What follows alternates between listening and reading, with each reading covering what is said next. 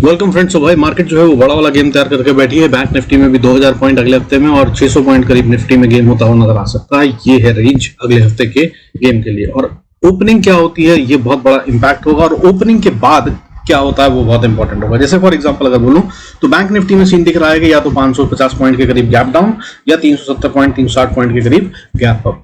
अगर ये gap up या गैप डाउन होता है, 550 मान लीजिए पॉइंट्स का गैप डाउन हो जाता है, तो वहां से अगर और फॉल आता है तो वो ज्यादा बड़ा हो सकता है। अदरवाइज वहां से अगर रिवर्सल आता है तो फिर नॉर्मल हो जाएगी मार्केट और फिर साइडवेज में चली जाएगी। इस तरह का गेम बन रहा है। सेम वे निफ्टी की और बैंक निफ्टी का है। निफ्टी के अंदर 600 पॉइंट करीब करीब दिख रहे हैं। कैसे होगा और क्या होगा समझने की कोशिश करते हैं। क्या लेवल है, किन पे खेला जा सकता है, उनकी बात करेंगे। Let's start the video. Before we do that I request to go to the disclaimer as per SEBI norm. जरूरत हो तो वीडियो को पॉज कर पढ़ें। देखिए भाई, मैंने फ्राइडे को बताया था आपको कि गिरावट आ सकती है, संभल कर रहिएगा। हालांकि अभी जो आया है वो गिरावट नहीं है, वो तो बहुत ही मामूली सी करेक्शन है जितना कि बनता ही है। लेकिन गिरावट अभी अगर आने लगी तो वो ज्यादा खतरा होगा, और वो खतरे के पास हम बैठे हैं। और आमतौर पर जो देखा गया है वो ये कहता है ट्रेंड कि भाई जो मंडे को होता है वो असल में फ्राइडे की गेम का कंटिन्यूएशन होता है। तो फ्राइडे को तो फॉल के साथ मार्केट बंद हुई है, और उसके साथ अगर कंटिन्यूएशन होता है तो और बड़ा फॉल हो सकता है। क्या कह रहा है डेटा, उसको समझने की कोशिश करते हैं। देखिए सबसे पहले सेक्टर को समझते हैं। फ्राइडे को जो हुआ, फ्राइडे को 1.18% मीडिया सेक्टर बढ़ा है, और ये टॉप गेनर था फ्राइडे का। इसके बाद बोले तो सेकंड टॉप जो था वो मिड कैप 50 0.85% बढ़ा। Same way mid cap select obviously इसका इम्पैक्ट इस पे आता है। इसके बाद अगर बोलूं तो बढ़ने वाले सेक्टरों में pharma, reality, health care, small cap, MNC, FMCG और कह सकते हैं कि आईटी सेक्टर भी, क्योंकि आईटी सेक्टर 0.0% बढ़ा या गिरा है, इसमें कुछ नहीं हुआ। लेकिन इस पे नजर रखिएगा, यही है गेम चेंजर। अगले हफ्ते आईटी में बड़ा गेम होता हुआ नजर आ रहा है, और रिजल्ट का टाइम आ चुका है। रिजल्ट्स आने शुरू हो चुके हैं। टीसीएस और विप्रो खेल दिखा चुके हैं, अभी और बाकियों के रिजल्ट आने हैं। टेक महिंद्रा भी खेल करता हुआ नजर आ रहा है। रिजल्ट्स आ रहे हैं और उसके साथ में गेम होता हुआ नजर आ रहा है। सो नजर रखिएगा। बाकी इसके अलावा अगर बात करें गिरने वाले सेक्टरों की, तो भाई फाइनेंशियल सर्विसेज वो सेक्टर था जो सबसे ज्यादा गिरकर बंद हुआ विद 0.89%। इसके अलावा सेंसेक्स में 0.82% की गिरावट थी। फ्राइडे का दिन सेंसेक्स की एक्सपायरी, उसमें गिरावट, ये संकेत होते हैं कि अगले दिन की गेम तैयार हुई। अब ये जो कैंसिल होती है वो नलीफाई होती है अगर गैप अप हो जाए। तो अगर गैप अप नहीं होता तो भाई फिर ये फॉल कंटिन्यू होगा, और ये फॉल कंटिन्यू होता है तो ये बड़ा हो सकता है। बैंक निफ्टी भी जो है वो 0.61% गिरकर बंद हुआ है अगर इसकी बात करें तो। और इसके अलावा बात करें, और इसमें दोनों private bank and PSU bank, जिन दोनों को मिलाकर ये बनता है, दोनों रेड में ही बंद हुए हैं। इसके अलावा रिलायंस अपने आप में एक सेक्टर है, ये चलता हुआ नजर आ सकता है। अभी 2900 का लेवल इसका इंपॉर्टेंट है, जिसको ये सस्टेन किए हुए है क्लोजिंग बेसिस पे।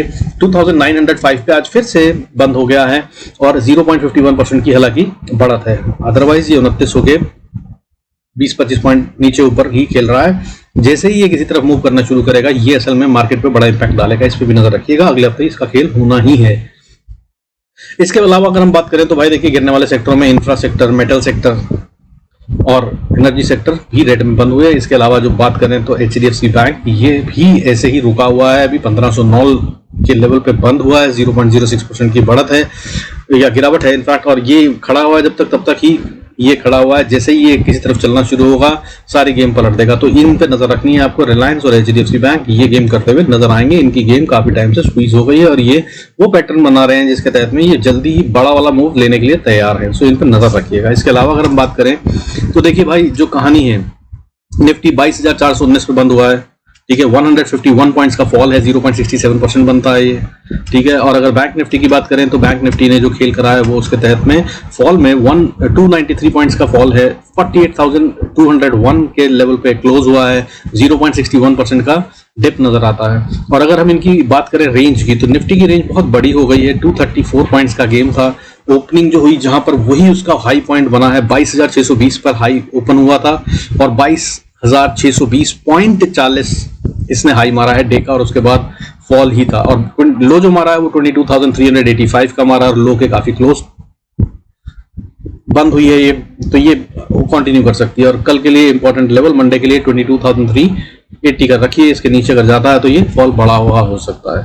और अगर बैंक निफ्टी की बात करें तो बैंक निफ्टी में 48,201, लो की बात करें तो इसका जो था 48,088 था। तो यही 120 पॉइंट का खेल यहाँ पर है। इसके नीचे करके खुलता है तो अब ये लेवल पार करना इसके लिए मुश्किल हो जाएगा, दिक्कत हो जाएगी। 48,000 के नीचे जाना भी नहीं चाहिए वैसे भी।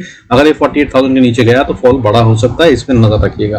हालांकि इसने जो खेल करा है उसके तहत में भी ये कमजोरी दिखा रहा है। इसने हाई जो मारा था फ्राइडे को वो 48,679 का मारा था, लेकिन इसने ओपनिंग जो करी थी वो 660 पे करी थी, तो थोड़ा सा बड़ा था, कह सकते हैं 20 पॉइंट बड़ा था। उसके बाद ये फिर इसने भी कहानी कमजोरी की दिखाई थी, तो पूरा दिन कमजोरी ही दिखी है बैंक निफ्टी में भी। और अगर अब गैप डाउन हो जाता है जो मैंने शुरू में बताया, तो उसके हिसाब से उतने पॉइंट्स का गेम देख लीजिएगा, 500 प्लस का वो गेम बनता है।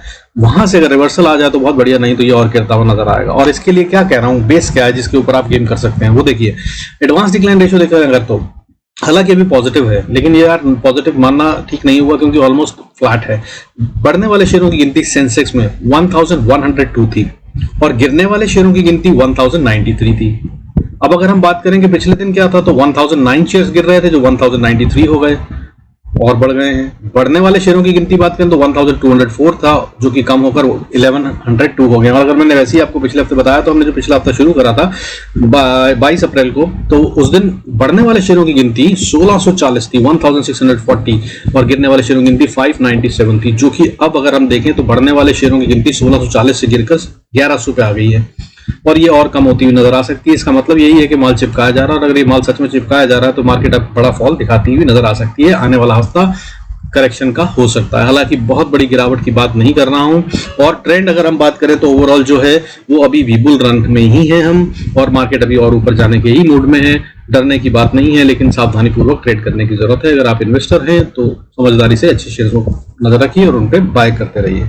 अब अगर जो बात करें एफआईआईएस की और डीआईएस की, तो भाई एफआईआईएस ने इस हफ्ते भयंकर रूप से बाइंग करी है 20,796 करोड़ की, 20,796 करोड़ की बाइंग हुई है लास्ट वीक में बाय डोमेस्टिक इंस्टीट्यूशनल इन्वेस्टर्स। ठीक है, बड़े वाले घरेलू फंड जो हैं उन्होंने 20,796 करोड़ की बाइंग करी है। इसके अगेंस्ट में जहां से प्रॉब्लम आ रही है, जो सेल कर रहे हैं वो है फॉरेन इंस्टीट्यूशनल इन्वेस्टर। इन्होंने क्या करा है, इन्होंने 14,703 करोड़ की सेलिंग करी है। तो अगर बात करें 14,700 की सेलिंग और 20,700 या 800 करोड़ की बाइंग, तो बचता है बीच में 6,000 करोड़, 6,100 करोड़। इतना तो माल पब्लिक से खींचा गया, और ओवरऑल में जब माल पब्लिक से खींचा जा रहा हो तो इसका मतलब क्या होता है, मैंने आपको समझाया। तो भाई अभी भी ताकत है मार्केट में, ठीक है। So overall trend is still intact, but हाँ अभी गिरावट का हफ्ता आता हुआ नजर आ रहा है। और पिछले हफ्ते की बात करें इसी के कंपैरेटिवली, जो अभी 20,796 करोड़ की बाइंग करी है डीआईएस ने, इसमें इन्होंने लास्ट वीक में जो कि 15 से 19 अप्रैल का हफ्ता था, उसमें 9,036 करोड़ की बाइंग करी थी। तो वहां से बढ़कर ऑलमोस्ट डबल कर दिया इन्होंने बाइंग का अमाउंट।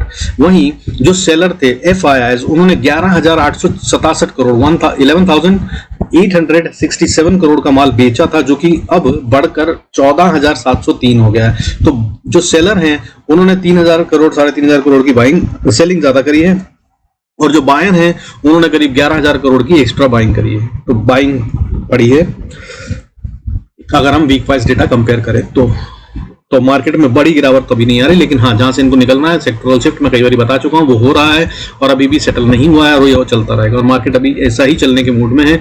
वोलेटिलिटी इंडेक्स अभी 10.93 पे है, 10.93, 1.82% की बढ़त थी, हालांकि उसके बाद भी 11 के नीचे है।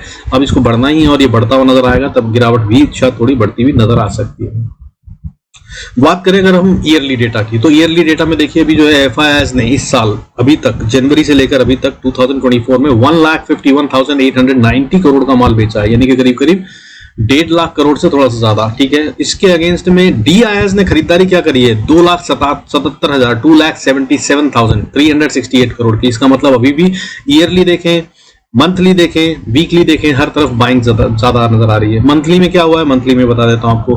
मंथ की बात करें अगर अप्रैल मंथ की, तो 42,065 करोड़ की बाइंग हुई है बाय डोमेस्टिक इंस्टीट्यूशनल इन्वेस्टर, और इसके अगेंस्ट में फॉरेन इंस्टीट्यूशनल इन्वेस्टर ने 36,933 करोड़ की सेलिंग करी है। यानी कि यहां भी नेट में अगर देखा जाए तो करीब 5 से 5,500 करोड़ की बाइंग हुई है। एडिशनल माल पब्लिक से खींचा गया है, लेकिन बीच में जो घूम रही है मार्केट, वो पब्लिक को माल चिपकाया जा रहा है बेकार वाला, और उनसे निकलवाया जा रहा है अच्छा वाला माल। सो सावधान रहिए, बेचने में जल्दबाजी मत कीजिए, खरीदारी में जल्दबाजी मत कीजिए। नहीं समझ में आता थोड़ा इंतजार कीजिए, मार्केट करीब अगले 2 हफ्ते के अंदर में फिर से पलटती हुई नजर आएगी, और ऊपर की तरफ के लिए इंटैक्ट है और ताकतवर है। पैसे को बचा के रखना अभी समझदारी हो सकती है। बाकी लेवल्स की बात करेंगे अपन, चलिए चार्ट्स पे चलते हैं। तो चार्ट्स पे देखिए, सबसे पहले तो अगर हम बात करें, ये है चार्ट वीकली। ठीक है, वीकली चार्ट में अगर बात करें तो डोजी बन रहा है, देखिए मंथली चार्ट में भी डोजी बन रहा है अगर हम बात करें तो सब जगह पे। और अब समझिए कि मंथली चार्ट में कोई कुछ रह नहीं गया। ठीक है, बहुत कुछ भी करेंगे तो भी डोजी बनेगा। देखिए वीकली चार्ट है, डोजी है, आपको दिख रहा है। मंथली चार्ट की भी देख लेते हैं। मंथली चार्ट में देखिए कितना बढ़िया से डोजी है, और अगर अब बात करें ये डोजी ना बने तो उसके लिए इनको बहुत बड़ा काम करना पड़ेगा। 22,700 80 के ऊपर जाना पड़ेगा अगर ऊपर जाना है तो, या फिर नीचे की बात करें तो 21,760 को तोड़ना पड़ेगा। बहुत दूर के लेवल्स हैं, सो ये नहीं हो रहा, तो इसका मतलब ये है कि यहीं कहीं बीच में क्लोज होने वाली मार्केट। और ये जो मंथली बनेगा कैंडल, ये डोजी का बनेगा। निफ्टी आपने देख लिया, बैक निफ्टी में भी देख लीजिए, ऑलमोस्ट सेम गेम बन रही है, लेकिन इसका डोजी अभी पार होने के चांसेस नहीं है खैर यहाँ पर भी, लेकिन इसमें डोजी जो है वो थोड़ा और क्लीन हो सकता है, ये थोड़ी और गिरावट दिखाएगा तो 47,777 या फिर नीचे 47,000 को टेस्ट करता हुआ नजर आएगा। इस तरह से ये डोजी बनाएगा, तो रेड डोजी या ग्रीन डोजी, बस इतना सा क्वेश्चन रह गया। ठीक है, 2 दिन के अंदर इससे ज्यादा का गेम हो नहीं सकता, मुश्किल होता है, बहुत ज्यादा पैसे की खेल जरूरत होती है, और वही ऐसा कुछ भी प्लान नहीं दिख रहा है। मिड कैप निफ्टी थोड़ी एक्सेप्शन है। फिन निफ्टी की अगर हम बात करें तो वो भी बैंक निफ्टी के साथ ही चलता नजर आ रहा है। अब हम बात करेंगे लेवल्स की और उन पे क्या कर सकते हैं, उनको देखने की कोशिश करेंगे। मिड कैप निफ्टी स्ट्रांग नजर आ रहा है। मिड कैप निफ्टी की एक्सपायरी है मंडे को, सबसे पहले इसी की बात कर लेते हैं। तो मिड कैप निफ्टी की अगर हम बात करें तो मिड कैप निफ्टी का जो मैजिकल लेवल फॉर मंडे बनता है उसको नोट कर लीजिए। सबसे पहले इसके ऊपर है तो सेल नहीं करना, सावधानी रखिएगा। 10,880 इसके ऊपर बना हुआ है तो भाई सिर्फ बाय के ही ट्रेड ढूंढना समझदारी होगी। एवरी फॉल शुड बी और वुड बी बॉट। ठीक है, हाउएवर अब रियल लेवल्स क्या होंगे उनको देख लेते हैं। इसके नीचे चला जाए तो फिर भाई वीकनेस है, और फिर बिल्कुल बेहिचक सेल कीजिएगा, और गेम यहीं पे है जो बढ़ने वाला गेम है, बाकी जगह पे कमजोरी अभी दिख रही है। ठीक है, तो आप अगर जहां पे है वहां से बात करें तो 10,982 पे, अगर इससे अगर बढ़ना शुरू होता है तो पहली रेजिस्टेंस जो है वो 10,990 से शुरू होकर 11,000 तक की है। इसको पार करना मुश्किल है, और अगर इसको पार कर ले तो फिर भाई सेलर जोन बैठा है 11,010 से लेकर 11,030 का एरिया। ये मैं आपको पिछले करीब 3-4 हफ्ते से बता रहा हूँ, इसको पार करने में मुश्किल है, आसानी से नहीं होगा। पिछली बार भी इसने फेल करा था, वो था 12 अप्रैल को, तब भी मैंने कह रखा था पहले ही एडवांस में कि भाई इसको पार करना मुश्किल होगा। ये तब से वहीं पे अटका हुआ है, और मैं ये लेवल आपको बहुत पहले से दे रहा हूँ। ये लेवल मैंने आपको करीब करीब मार्च की 5 तारीख से दे रहा हूँ। ठीक है, और ये अभी तक पार नहीं हुआ, 1 महीना हो चुका, और अभी भी इसमें दम नहीं दिख रहा है। लेकिन अब की बार अगर ये जाता है और टेस्ट करता है तो शायद हो जाएगा। और अगर इसने ये पार कर लिया तो भाई स्टॉप लॉस ट्रेल करते हुए राइड करने की कोशिश कीजिएगा। फिर ये लंबा मूव दे रहा है ऊपर साइड का।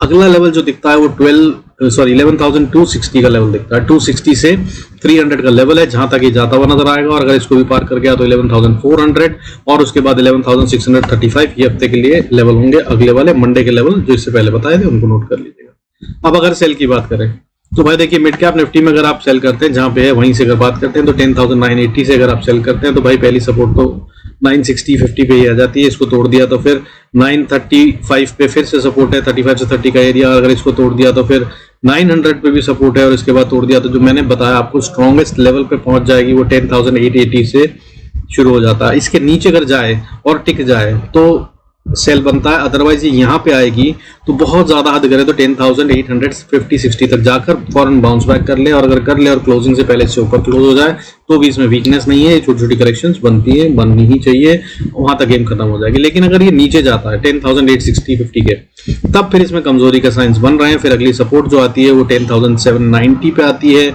और फिर उसके बाद मजबूत सपोर्ट जैसे बाउंस की उम्मीद है वो 10,727, और उसके बाद फिर स्ट्रॉन्ग सपोर्ट जो है लास्ट वाली 10,658 या 650 तक लगा लीजिए। इसके नीचे नहीं जाना चाहिए, वरना कमजोरी के साइन बहुत खतरनाक हो जाएंगे। इसके नीचे अगर हुआ तो फिर एक और तेज फॉल आता हुआ नजर आ सकता है, जिसमें अगर ऐसा कहानी बनी तो फिर ये असल में सीधा 10,590 से लेकर 560 के लेवल को छूने की कोशिश करेगा। और अगर कहीं 540 के नीचे चला गया तो मामला और भी गड़बड़ हो जाएगा। तब ये ओपन हो जाएगा 10,400 के लिए अगले हफ्ते, और उसके बाद 10,240 तक के लिए।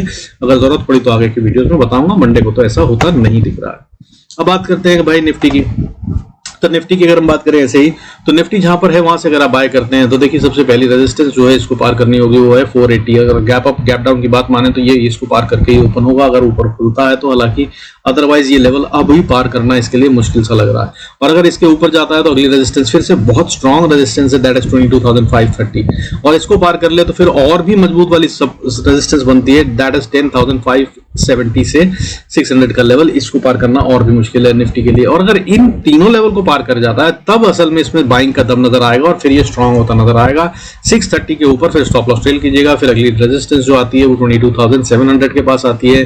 700 के बाद फिर 780 तक ये आराम से जा सकता है। फिर 780 जो है वो बहुत स्ट्रॉन्ग रेजिस्टेंस है, इसको पार करना आसान नहीं होगा निफ्टी के लिए, बहुत ज्यादा पैसा लगाने की जरूरत है। लेकिन अगर ये हो गया तो फिर स्टॉप लॉस ट्रेल कीजिएगा और इसे सपोर्ट मानकर स्टॉप लॉस लगा लीजिएगा, और फिर राइड करते जाइएगा जितना कर सके, क्योंकि फिर ये एक अच्छा अप मूव देगा और बहुत बड़ा अप मूव हो सकता है। हमने जो बात करी है वो यहाँ तक के ही गेम की बनती नजर आ रही है, इससे ज्यादा वैसे बन नहीं रहा, लेकिन अगर बना तो वो बहुत दमदार होगा। अब बात करते हैं नीचे की भाई, अगर जहाँ पे वहां से बात करें तो 22,440 से नीचे अगर जाता है तो भाई सबसे पहले तो 390 पे सपोर्ट है। अगर 390 को तोड़ दिया इसने तो फिर ये नीचे की तरफ आ रहा है और इसको अगली सपोर्ट जो मिलती है 22,300 से 280 के लेवल तक मिलती है। यहाँ पे अगर आके बाउंस कर जाए तो बहुत अच्छा, लेकिन यहाँ नहीं रुका और यहाँ से टूटा तो फिर 22,110 और 110 के बाद सीधा 22,090 ये लेवल है जिसको ये टेस्ट करता नजर आएगा। और यहाँ से कहीं से बाउंस हो जाए तो बहुत अच्छा, नहीं तो ये फॉल और गहराता नजर आएगा और फिर ये 21,890 यहाँ तक के लिए ओपन होगा। और अगर यहाँ पर भी ये बात करूं बाउंस करे तो बाउंस करने से पहले बहुत चांसेस हैं कि सेम डे में फ्लिक मारकर झटका मारकर नीचे 21,770 तक जाकर फिर बाउंस करेगा। और अगर फिर उसके बाद इसने वापस बाउंस कर इसके ऊपर क्लोजिंग दे दी जिस भी दिन ये करेगा तो ये फिर से वापस रिवर्सल के लिए तैयार होगा। दैट इज 21,900 ही मान लीजिए। अगर वापस क्लोजिंग नीचे जाने के बाद वापस ऊपर आके क्लोजिंग करता है तो उस दिन ये वापस से और तेज चलता नजर आएगा। और अगर ऐसा नहीं हुआ तो फिर ये सीधा 21,480 के लिए ओपन हो जाएगा। बैंक निफ्टी की बात करते हैं। बैंक निफ्टी के अंदर अगर हम बात करें तो देखिए जहां पर है वही बहुत स्ट्रॉन्ग रेजिस्टेंस है। 48,280 90 को पार करना इसके लिए मुश्किल है। और अगर इसके बाद 48,300 मान लीजिए अगर पार हो जाता है तो फिर अनदर रेजिस्टेंस जो स्ट्रॉन्ग है और साइकोलॉजिकल लेवल भी बनता है, दैट इज 48,500। 500 से 560-70 का एरिया बहुत स्ट्रॉन्ग रेजिस्टेंस है। और अगर इसको पार कर ले तो फिर ये बहुत मजबूत है और इसके चांसेस हैं, हो सकता है गैप अप हो जाए। अगर गैप अप यहां से ऊपर होता है ना तो बहुत बढ़िया बात है, तब ये सस्टेन करने के चांसेस बहुत बढ़िया है। हालांकि गैप डाउन वाली स्टोरी जो मैंने शुरू में समझाई है उसको भी नोट कर लीजिएगा। गैप अप के चांसेस कम हैं, गैप डाउन के चांसेस ज्यादा हैं, लेकिन ये कर सकता है गैप अप। अगर इसने गैप अप करा और इसको सस्टेन करा तो फिर ये बढ़िया से ऊपर जा रहा है। और अगली रेजिस्टेंस 670-80 पे है और अगर इसको पार कर गया तो फिर सीधा 48,800 और इसको पार करने के बाद 49,050 ये वो लेवल होगा जिसको इसको क्रॉस करना बड़ा मुश्किल होगा। यहाँ से फिर से फॉल आ सकता है। अगर फॉल नहीं आया तो फिर ये बहुत तेजी से ऊपर जाएगा। फिर सिर्फ स्टॉप लॉस ट्रेल कीजिएगा और राइट कीजिएगा, क्योंकि फिर ये 50,000 और 50,000 के भी पार जाने की दम को रखता है। आने वाले समय में जब जरूरत होगी तो बता दूंगा। फिलहाल मंडे को ये गेम ऐसा नहीं नजर आ रहा। मंडे को मुझे ऐसा लग रहा है कि 48,500 पार करना भी इसके लिए मुश्किल होगा और अगर कर गया तो बहुत हद तक 48,850 that is the final level for Monday. अब अगर बात करें नीचे की, जहां से है वहीं से सेल करते हैं आप, तो भाई देखिए 48,280 के नीचे ये टेस्ट करता हुआ नजर आएगा 160 के लेवल को। और 160 is a very critical and important level. इसको अगर ये तोड़ता है तो वीकनेस के साइन मजबूत हो गए हैं। जो पैसा लगा रहे थे वो बाहर हो गए हैं, ये मान लीजिएगा। और उसके बाद फिर फॉल तेज हो सकता है। फिर ये सीधा 47,900 को टेस्ट करता नजर आएगा। 47,900 को टेस्ट करने के बाद फिर जो जोन है जहां पर वापस ये बाउंस बैक कर सकता है वो है 47,670 से लेकर 600 का लेवल। ठीक है, 700 से 600 का लेवल मान लीजिए। इस लेवल में आकर इसने सपोर्ट ली तो बहुत अच्छा, नहीं तो फिर गड़बड़ और बढ़ जाएगी और फिर ये करेक्शन जो है वो और तेजी से बढ़ते हुए अगले लेवल पे 47,330 तक। और उसके बाद फिर अगला लेवल जो मोस्ट इंपॉर्टेंट लेवल है जो आने वाले समय तक टूटना नहीं चाहिए, वरना ये एम पैटर्न की फॉर्मेशन कर जाएगा और फिर इसके बाद अनदर 2000 पॉइंट का फॉल आएगा। वो लेवल है 46,980 से 47,000। ठीक है, यही लेवल मान लीजिए। 950 को अगर इसने तोड़कर नीचे ट्रेड करना शुरू करा तो फिर ये नीचे जा रहा है और अगला लेवल 46,622 और ये फाइनल हो झटका मार के अगर बाउंस करना है तो, नहीं तो फिर ये अगले हफ्ते के बाद अगला पूरा महीना खतरनाक हो जाएगा। ठीक है, जरूरत पड़ने पर इसके भी लेवल बताऊंगा। अब बात करें तो भाई फिन निफ्टी की अगर हम बात करें तो ये बैंक निफ्टी के साथ ही चल रहा है। इसके लिए मोस्ट इंपॉर्टेंट लेवल जो बनता है वो 21,330 बनता है। इसको ये तोड़ दे तो नीचे फिर भाई ये गिरावट के साइन है, नहीं तो ये इसको नहीं तोड़ेगा और इसको नहीं तोड़ेगा तो ये और ऊपर जा रहा है। ये ऊपर जा रहा है तो इसका अगला लेवल 21,500 से लेकर 530-40 का लेवल है। 530-40 के लेवल को पार करेगा तो ये मजबूती के साइन होंगे। हालांकि यहीं से ये फॉल कर सकता है तो यहाँ पर सावधान रहिएगा। अगर ये यहीं से फॉल करता है तो फिर रिवर्सल बड़ा होगा। फिर नीचे के जो लेवल बताए उनको अपना टारगेट बनाइएगा और इसको स्टॉप लॉस और फिर राइट कीजिएगा। नहीं तो यहाँ से ऊपर जाता है तो फिर ये अगला जोन जहां पर प्रॉफिट बुकिंग के बहुत चांसेस हैं वो यहाँ तक चलता है 21,650 that is the next level. ठीक है, और अगर 650 को पार कर लिया तो फिर अगला रेजिस्टेंस 720 को पार करा तो फिर द स्टिफेस्ट रेजिस्टेंस 21,760 से 70 का एरिया।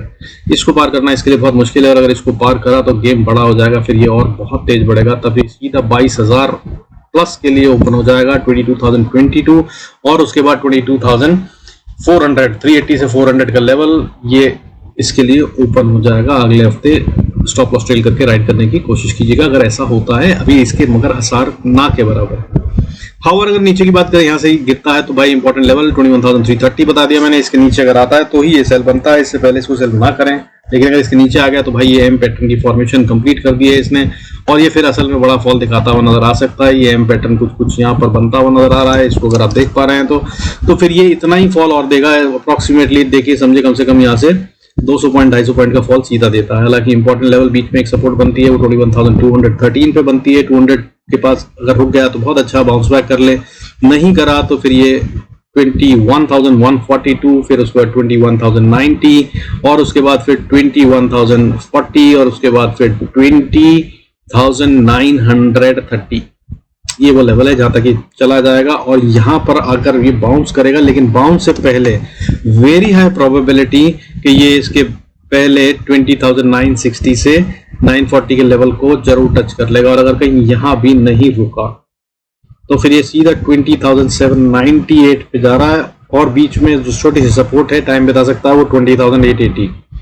और अगर इसके बाद भी नहीं रुका 800 के बाद तो फिर 690 और 690 के बाद जो फिर फाइट शुरू होगी, जिसको ये अभी नहीं तोड़ेगा लेवल, अगले हफ्ते कहानी नहीं दिख रही है इसकी, वो है 20,500 से लेकर 20,260। इस रेंज में आकर फिर इससे प्राइस शिफ्ट या चेंज ओवर या जो भी खेलना है ये खेलेंगे, ठीक है।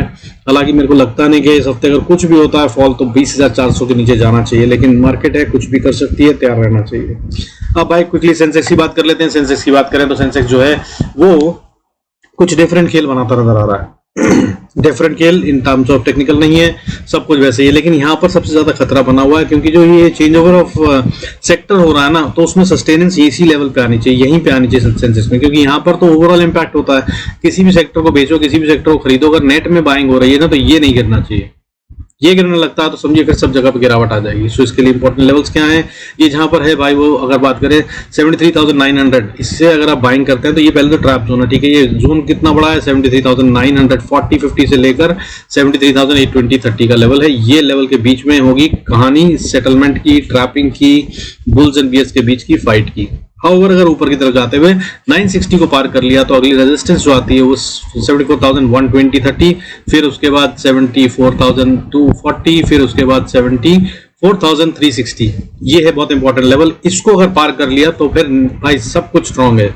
फिर सेल के ट्रेड कहीं भी ढूंढना सही नहीं होगा, समझदारी नहीं होगी, फिर सब जगह पे ढूंढिएगा। रिवर्सल कैसे आता है, कब आता है, फौरन जैसे ही कंफर्म हो बाइंग शुरू कर दीजिएगा सब जगह पे। हाउएवर इसके ऊपर जाने में रेजिस्टेंस जो है इसको फिर फेस करनी होगी 74,580 पे, और इसको पार करने के बाद असली वाली ताकत या कंट्रोल और या ड्राइविंग सीट पे बुल्स बैठे हुए दिखाई देंगे। अदरवाइज उससे पहले तक खतरा बना रहेगा।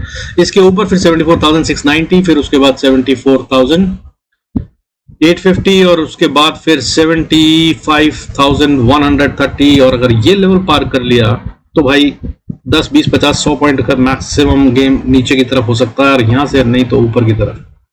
वो 100 पॉइंट अगर इसने नहीं तोड़े और इसने सस्टेन करके ऊपर चलना शुरू करा तो भाई अगले ही हफ्ते हमें 76,000 या 77,000 क्या दिखने को मिलेगा वो ये बताएगा। आने वाले वक्त में स्टॉप लॉस ट्रेल कीजिएगा, राइड कीजिएगा। बाकी मैं अगले हफ्ते हर रोज वीडियो देता हूँ, उसमें बताता ही रहूंगा। नीचे की बात कर लेते हैं, जिसके चांसेस काफी ज्यादा लग रहे हैं। अगर नीचे की तरफ होता है और गैप डाउन हो जाता है खासतौर पर तो खतरनाक हो जाएगा। तब इसके लिए यही रेजिस्टेंस बन जाएगी 73,800 को 830 को पार करना इसके लिए वापस मुश्किल हो जाएगा अगर गैप डाउन हो जाता है। तो अगर ये यहाँ से नीचे चलता है तो फिर अगली सपोर्ट जो बनती है वो 73,570 पे बनती है। 70 को तोड़ दिया तो फिर जो चांसेस है कि यहाँ पे खड़ा हो जाए, लेकिन अगर ये भी टूट गया गैप डाउन से ही तो गड़बड़ हो जाएगा मामला। दैट इज 73,380 से 90 का लेवल है, और वहां से लेकर 73,320 तक, यहाँ तक चांसेस हैं कि बाउंस बैक कर ले। और अगर यहाँ नहीं करा ना तो इसने नीचे गैप छोड़ा हुआ, फिर ये सीधा यहाँ तक आ रहा है 73,120-30 तक। और यहाँ पर भी अगर नहीं रुका या चांसेस हैं कि यहाँ से झटका मारे तो ये है लेवल 72,860। इसको, इस लेवल को नहीं तोड़ना चाहिए अगले पूरे हफ्ते, या जिस भी दिन ये तोड़ देगा तब ये फिर वीकनेस में आ गया, फिर बाय के ट्रेड ढूंढना समझदारी नहीं होगी, तब सेल ही ढूंढिएगा। और उसके बाद नीचे की तरफ बात करूं तो सपोर्ट जो है फिर वो भी दूर है, लंबा डाउनफॉल होगा। दैट इज 72,190, यानी कि 860-70 से सीधा 72,200 का लेवल आता है, यानी कि सीधा 600 पॉइंट की गिरावट एक झटके में देता हुआ नजर आ सकता है। और ये कर सकता है, ये तो आराम से कर सकता है। 74,000 का इंडेक्स है, 600 पॉइंट कुछ नहीं होते। और अगर कहीं से 72,190 को तोड़ दिया तो फिर 71,800 का लेवल इंपॉर्टेंट है। इससे अगर कहानी घूम जाए तो बहुत अच्छे भाई नहीं तो फिर काम गड़बड़। फिर जो है ये नीचे ओपन हो जाएगा 70,825 और उसके बाद फिर 70,000 के लिए। अगर ऐसा हुआ तो ये खतरनाक होगा। स्टॉप लॉस ट्रेल करके हाउ राइट कीजिएगा, पैसा बन सकता है। इन्वेस्टर से मेरी भी राय यही है कि थोड़ा बहुत अच्छे वाले शेयरों को पकड़ कर रखिए। वो शेयर जो अभी गिरना बंद कर चुके हैं, सिर्फ साइडवेज जा रहे हैं। जैसे कि एग्जांपल के तौर पे बोलूं तो आपको देखिए HDFC कहीं नहीं जा रहा है, कोटक बैंक ने धो रखा है, बहुत गिर गया अभी, लेकिन वो भी अभी रेंज में ही है। ठीक है, इसकी गेम मैंने पिछले वीडियो में समझाई है, उसको खेल लीजिएगा तो बहुत फायदा हो सकता है। अभी भी इसने उसको लेवल को तोड़ा नहीं है, मैंने 1600 का लेवल बताया था, ये है इसकी रेंज। इसको अगर आप देखें तो ये बहुत लंबे समय से इसी रेंज में घूम रहा था, अभी भी ये इसी रेंज को टेस्ट कर रहा है। हालांकि न्यूज़ बहुत बड़ी है, खतरनाक है, नुकसान हुआ है, लेकिन असल में बिजनेस पे उसके कोई नुकसान नहीं हुआ है। आरबीआई ने बैन लगा दिया है, वो ठीक है यार, वो मगर सिर्फ ऑनलाइन धंधों पे बंद करा है उन्होंने, वो भी थोड़े समय के लिए। जैसे ही वो अपनी IT के सब कुछ ठीक कर लेंगे तो मिल जाएगा वापस। तो इसका अभी आप बात करें तो 1660 पे है, 1608 पे है। और अगर ये यहाँ से नीचे जाता है, क्लोजिंग अगर ये देता है 1600 के नीचे, तो ये नुकसानदेह है। फिर ये 1498 तक जाता हुआ नजर आएगा, और अगर इसको तोड़ा तो फिर 1234 यहाँ तक के लिए ओपन हो जाएगा। लेकिन अगर ये यहीं से रिवर्सल लेता है तो ऊपर बाय का गेम खेल सकते हैं आप। 1630 के ऊपर से अगर ये वापस जाता है तो भाई ये ऊपर की तरफ जा सकता है, और इसको पहली रेजिस्टेंस उसके बाद जो फेस करनी होगी वो 1660 के पास है, 1660, और उसके बाद फिर 1740, और उसके बाद अगर बात करें तो 1800, और उसके बाद फिर 1825, और ये फिर ऊपर जाते हुए 1960 तक आराम से जा सकता है। कहानी इस तरह की बन रही है। और अगर इसको ट्रेंड लाइन के हिसाब से देखेंगे तो भी आपको समझ में आएगा कि ये अगर ऊपर आना चाहेगा तो ये यहाँ पर ही आकर अटकता हुआ नजर आएगा। ये हैं इसके वो 2 पॉइंट जिनको आप कनेक्ट करें। अगर अगले हफ्ते की बात करें तो यही लेवल कहीं क्रॉसओवर बनता है, क्लस्टर बनता है, दैट इज 1950 से 60 का लेवल। तो ऊपर जाएं तो यहाँ के आगे खतरनाक हो जाएगा, और अगर इसके ऊपर चला जाए तो फिर भाई बिंदास राइड कीजिएगा। फिर ये बहुत बड़े बड़े बड़े लेवल की बात कर रहा है।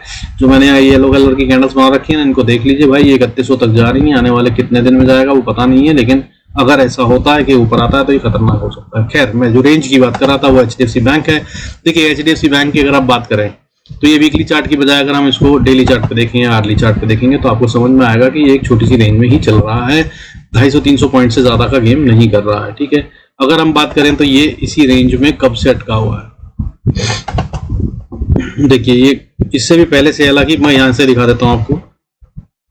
ये जो कहानी है ये शुरू हुई भी है भाई अगस्त 2021 से। ठीक है, ये ऑलमोस्ट इसी रेंज में चल रहा है, तो ये भी एक फंडा है। लेकिन अगर इसने गिरावट दी तो भाई इसके लिए 1360-70 का लेवल है, इसको इसने तोड़ा तो ये खतरनाक हो जाएगा और बड़ा फॉल दिखा सकता है। ये नहीं टूट रहा है और टूटना भी नहीं चाहिए। इसके ऊपर पहले ही बड़ा वाला इम्पैक्ट मर्जर के टाइम पे आ चुका है, और अगर मैं इसकी आपको बड़ी गेम दिखाऊंगा तो आपको समझ में आएगा कि ये इस रेंज को तोड़ना ही नहीं चाहता। ठीक है, और अगर ये ऊपर जाता है तो ऊपर जाने के लिए 1723 तक ये अगले हफ्ते ही जा सकता है, और अगर नीचे आता है तो नीचे में सपोर्ट करते हुए 1390 तक ये गेम बना देगा नीचे की, और फिर वहां से रिवर्सल ले लेगा। ये तक का गेम इसमें चल रहा है। साइडवेज वाले में सबसे ज्यादा पैसा बनता है, इसको खा लीजिए जब तक खा सकें। ठीक है, जब कोई रेंज साइडवेज हो जाता है ना, कोई शेयर राइड साइडवेज, तब उसके लोअर पॉइंट पे बाय और हायर पॉइंट पे सेल करते रहो, अच्छा खासा प्रॉफिट बन जाता है, और कुछ कुछ शेयर अपने पास रखते रहो, आपकी एवरेज बन जाती है और पोर्टफोलियो भी बन जाता है। खैर, मैं बड़ी गेम की बात कर रहा था, तो बड़ी गेम की अगर हम बात करें तो ये देखिए, ये 21 मूविंग एवरेज जिसको मैं आपको कई बार बताता हूं उसको छू रहा है ये। ठीक है, ये मंथली चार्ट है। यहां से ये ऊपर चला गया था, दूर हो जाता है तो ये इसको छूने आता है। जब ये छूने आता है तो थोड़ा नीचे जाता है, फिर ये ऊपर जाता है, ज्यादा दूर हो जाता है तो फिर ये नीचे आता है, थोड़ा फिर ऊपर जाता है। जब ऊपर आना शुरू हुआ है, जो कि ये भी हो चुका है, तो फिर ये वापस ऊपर थोड़ा सा जाता है। तो अभी ये जो रेंज दिख रही है इसकी 1700 तक की रेंज यहाँ से भी निकल रही है बड़े वाले पैटर्न पे, दैट इज मंथली चार्ट। इस पे देख रहे हैं तो भी सो इनको आप यूज कर सकते हैं। बाकी भाई बजाज फाइनेंस और उसमें जो कहानी बन रही है वो भी है, बड़े बड़े दिग्गजों को तोड़ा जा रहा है। सो HDFC बैंक में सावधानी से काम कीजिएगा, अगर ये कहीं टूटता है तो ये बड़ी गिरावट भी दिखा सकता है। So be very careful. Bank Nifty को अगर गिराना है तो HDFC bank, ICICI bank, SBI bank, ये सारे एक साथ गिरते हुए नजर आ सकते हैं, या इनमें से कम 2 बैंक 3 में से तो गिरते हुए नजर आएंगे। With this, I conclude this video. Thanks so much for staying connected. God bless us all. See you in next video. Don't forget to like, subscribe the channel. और बहुत कुछ आने वाला है जल्दी। मैं शेयर्स की रिकमेंडेशन वाले वीडियोस फिर से शुरू करने वाला हूं, जिसको सब बहुत पसंद करते थे, मगर उस सेबी की रेगुलेशंस की वजह से थोड़ा सा बंद कर दिया था बीच में मैंने। बट अगर आप लोगों को अच्छा लगता है तो do mention that in comments. I will do that, because मेरे पास पर्सनल लेवल पे बहुत सारे मैसेजेस आ रहे हैं व्हाट्सएप पर। कई लोगों को मैं सपोर्ट भी कर रहा हूँ, लेकिन वीडियो भी बना सकता हूँ, मुझे नहीं पता, क्योंकि उस पर भी कोई भी व्हाइट पेपर है, वो कोई कमांडमेंट नहीं बनी है, रूल नहीं बना है। तो हम कर सकते हैं, but only if you people want. ठीक है, with this I conclude this video. Thank you so much for staying connected. God bless us all, see you in next video.